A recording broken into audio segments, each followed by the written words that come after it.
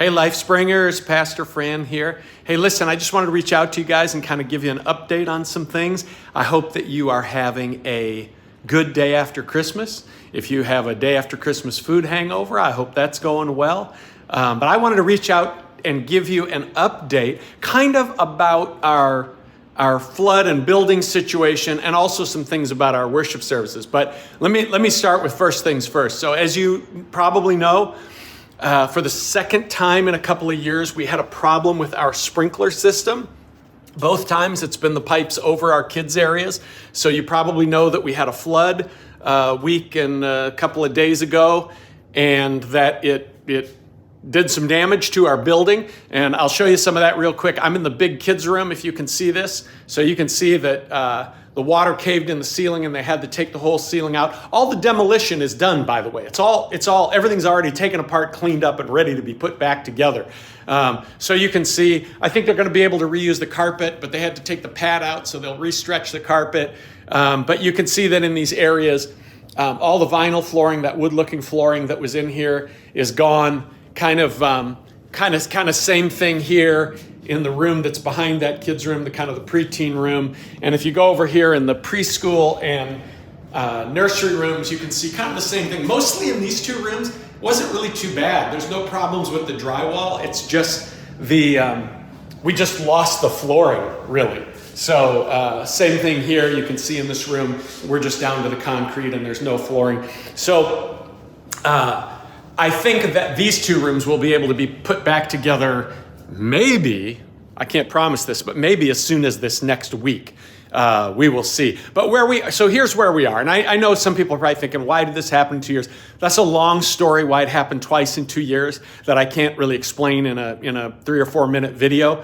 But we're working on all that. We have a very concrete plan to make sure that this never happens again. Obviously, it's not our fault, but it goes back to some things about how the system was designed and installed and, all that kind of stuff. So anyway, this next week, the actual fire sprinkler system will be repaired. We'll start working on these other two rooms. And then after that, we can hit it hard on getting this thing reconstructed. And my hope is that we will be completely put back together, all 4 rooms, no later than the end of January. So I just want you guys to rest assured that, I'm driving this thing just as fast as I possibly can so that we get back in shape as soon as we can. And then in the meantime, I wanted to tell you a couple of things going on with our worship services. So, because we are going to make some changes over the next few weeks because we don't have access to those children's rooms. We don't have those spaces for our kids to use. So what we're going to do is we're going to this is the first thing. We're going to live stream. We normally live stream the 10:45 service. We're going to live stream the 9 o'clock service. And the reason we're going to do that is that's the service that's going to remain more just as it was. And so that way, if people are watching online, it'll be a similar experience to what they've had before online. So we're just going to make that little switch for the next few weeks, and then we'll go back to live streaming the 10:45 service. In the meantime, we're going to take the 10:45 service, and we are going to kind of mix it up because we're going to have the kids in here with us for the next, maybe 4 or 5 weeks.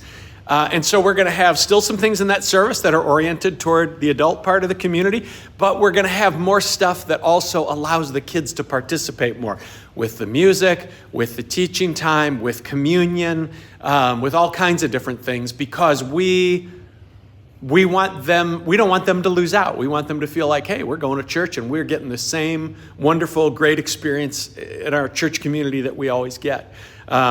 So I think that's really great. So here's how you might want to think about it.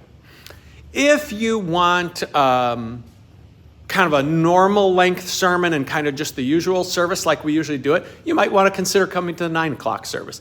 But if you're interested in being part of kind of the fun of our community being together, old and young together at that 10:45 service, then come to the second service.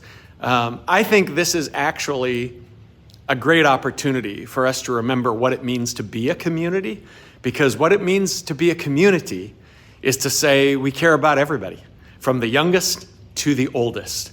And so we're going to have some fun, and we're going to connect ourselves together, and we're going to give everybody meaningful ways to participate as they come to be together and to worship And I think that's going to be great. And I don't think it's going to slow us down at all as a community or anything like that.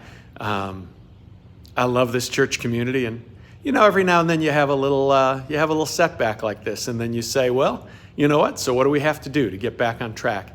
And those are the things we're going to do. So whether you want to come to the 9 o'clock or the 10:45, you kind of have the lay of the land now, and you can figure that out. But either way, I'm looking forward to seeing you this Sunday.